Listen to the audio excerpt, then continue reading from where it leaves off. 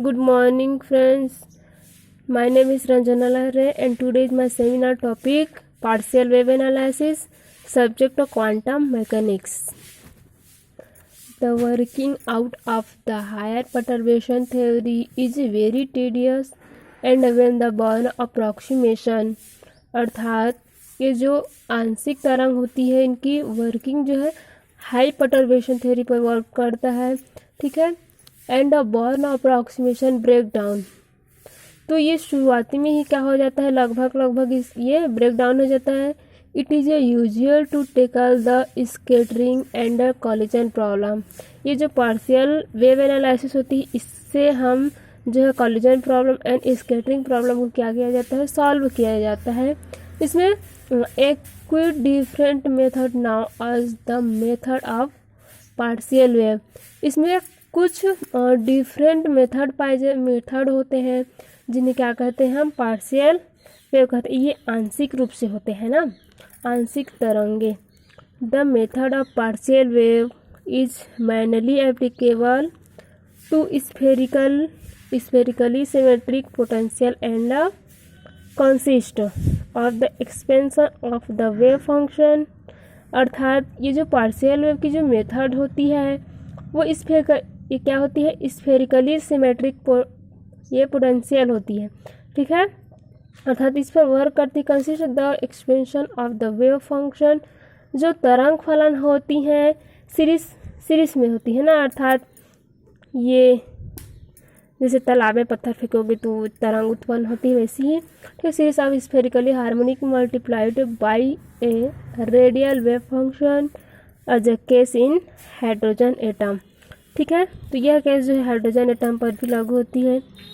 सो देखते हैं the plane wave travelling along, अर्थात प्लेन तरंगे, ठीक है। अर्थात समतल पर जो तरंगे उत्पन्न होती हैं उनके लिए, ठीक है।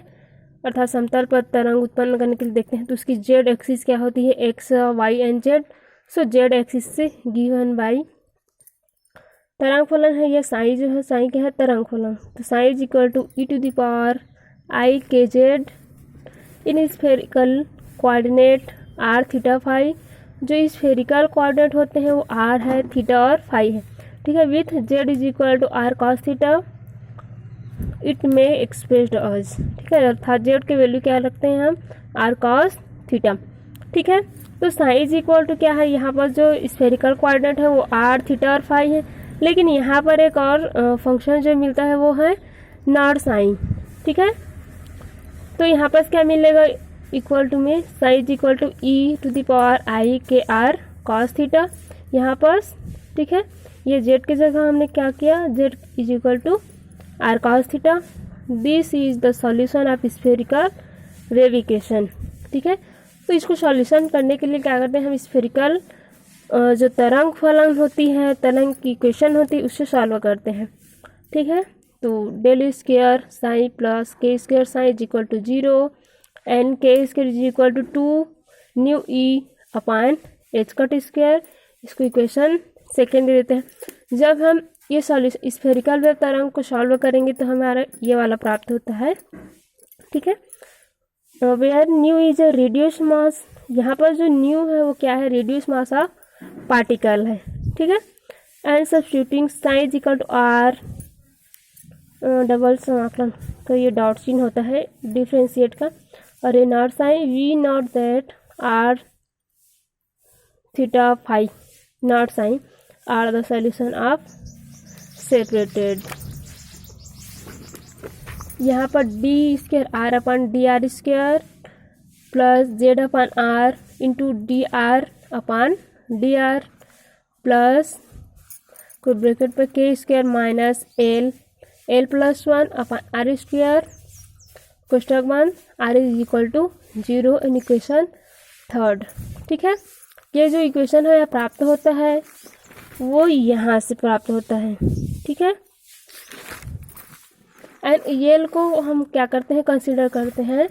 सो ये वाला इससे फार्मूला प्राप्त होता है 1 upon sine theta D upon D theta sine theta into D theta, ये डबल इंटीग्रेशन का साइन है, D theta plus L plus 1 minus M square upon sine square theta और ये डबल डॉट थीटा में is equal to 0 and equation 4 D square naught sine upon D phi square plus M square naught sine is equal to 0 equation number 5 लेते हैं इसको। Every surface of constant phase in the plane, ठीक है। तो क्या करते हैं हम, सभी जो सरफेस है उनको क्या करते हैं, कांस्टेंट मानते हैं, उनके फेस को क्या करते हैं, कांस्टेंट मानते हैं।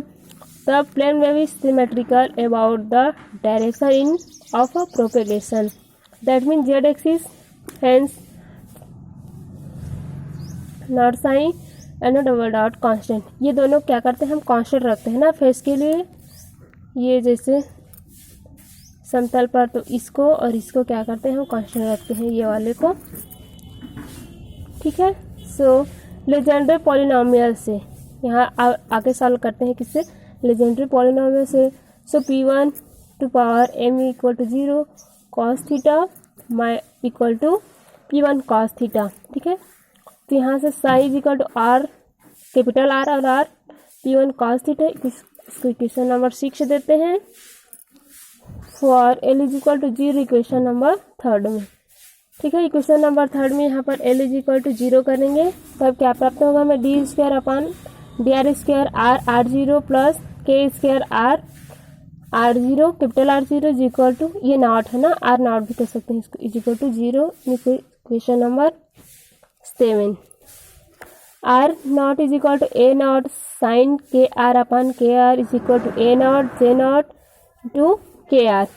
Question number 8 where J not के R is a Bessel function for L is equal to 0, ठीक है।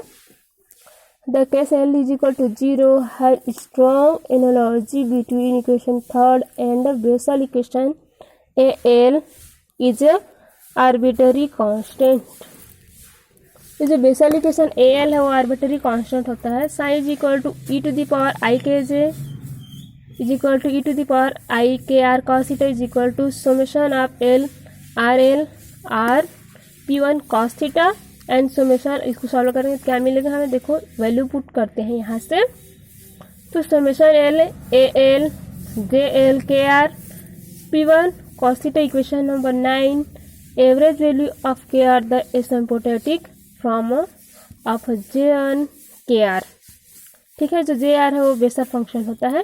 सो जे1 के आर इज एरो, तो सो क्या मिलेगा हमें, 1 upon K are sine K are minus L pi by 2। Equation number 10 the value of A L में be obtain if you multiply both side, ठीक है। सो A L का क्या करते हैं, दोनों साइड मल्टीप्लाई कराते हैं and P L cos theta and ये 1 है ना, p1 cos theta and integrate over all theta putting cos theta is equal to x, ठीक है, यूजिंग 9 से। सो इंटीग्रेशन लिमिट है हमारा, लिमिट लेते हैं यहाँ से -1 and +1 E to the power I K R X p1 x dx summation of A M J M K R integration of -1 to +1 limit p1 x pm x dx, ठीक है। अब इसको सॉल्व करने पर हमें क्या प्राप्त होता है, is equal to summation of M A M J M K R into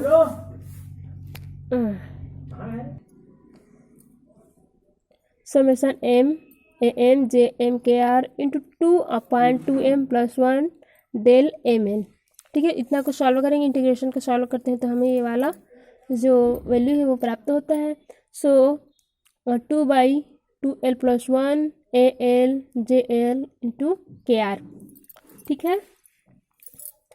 2/2l + 1 A L J L के R is equal to 1/i K R into bracket में E to the power I K R X into p1 x and bracket 1 limit यहाँ पर लगाते हैं integration वाले को। इसको solve करने पर तो ये मिलेगा -1 टू +1 माइनस ब्रैकेट में 1/i K R into bracket 1। So limit है इनका -1 to +1 E to the power I K R X p1 x dx, ठीक है।